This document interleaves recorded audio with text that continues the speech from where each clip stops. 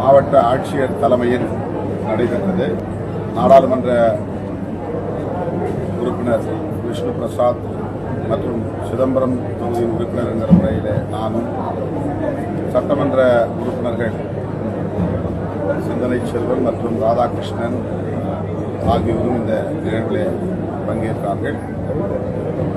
கடலூர் மாநகர மேயர், துணை மேயர் உள்ளிட்ட மக்கள் பிரதிநிதிகளும் இந்த நிகழ்விலே பங்கேற்றனர்.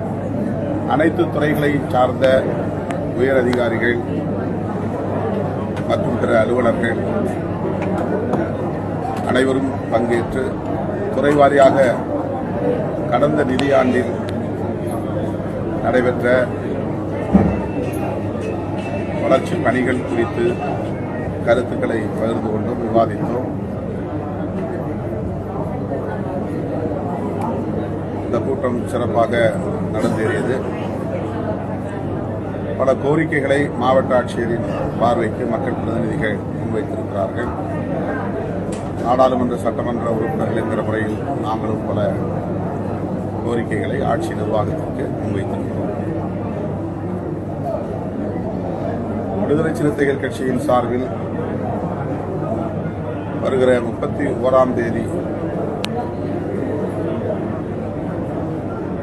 மதச்சார்பின்மை காப்போம் பேரணி நடத்துவதாக அறிவித்திருக்கிறோம்.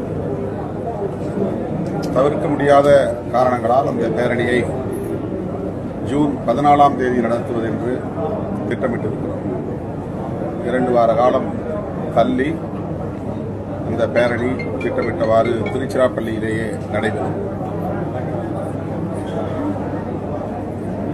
வக்ஃபு திருத்த சட்டத்தை திரும்பப் பெற வேண்டும் என்று வலியுறுத்துவதோடு அரசமைப்பு சட்டத்திற்கு எதிரான பாஜக அரசின் தாக்குதலை தடுக்க வேண்டும், அதற்கு ஜனநாயக சக்திகள் ஓரணியில் அணிதிரள வேண்டும் என்று அறைகூவல் விடுக்கிற ஒரு மாபெரும் மக்கள் எழுச்சி பேரணியாக அது ஒருங்கிணைக்கப்படுகிறது.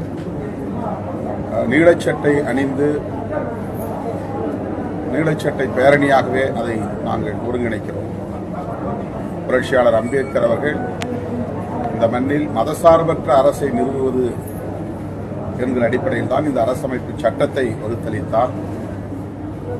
அந்த மதச்சார்பின்மைக்கு பல முனைகளில் இருந்தும் பாஜக ஆட்சியாளர்களால் தாக்குதல்கள் தொடுக்கப்படுகின்றன, சங் பரிவார்களால் தொடுக்கப்படுகின்றன. ஆகவே சேவ் செக்யூலரிசம் என்கிற முழக்கத்தோடு, மதச்சார்பின்மை காப்போம் என்கிற முழக்கத்தோடு இந்த மாபெரும் மக்கள் திரள் எழுச்சி பேரணியை ஒருங்கிணைக்கிற இந்த சூழலில் விடுதலை சிறுத்தைகள் மட்டுமின்றி அனைத்து தரப்பு ஜனநாயக சக்தியிலும் இதில் தவறாமல் பங்கேற்க வேண்டும் என்கிற வேண்டுகோளையும் விடுக்கிறோம்.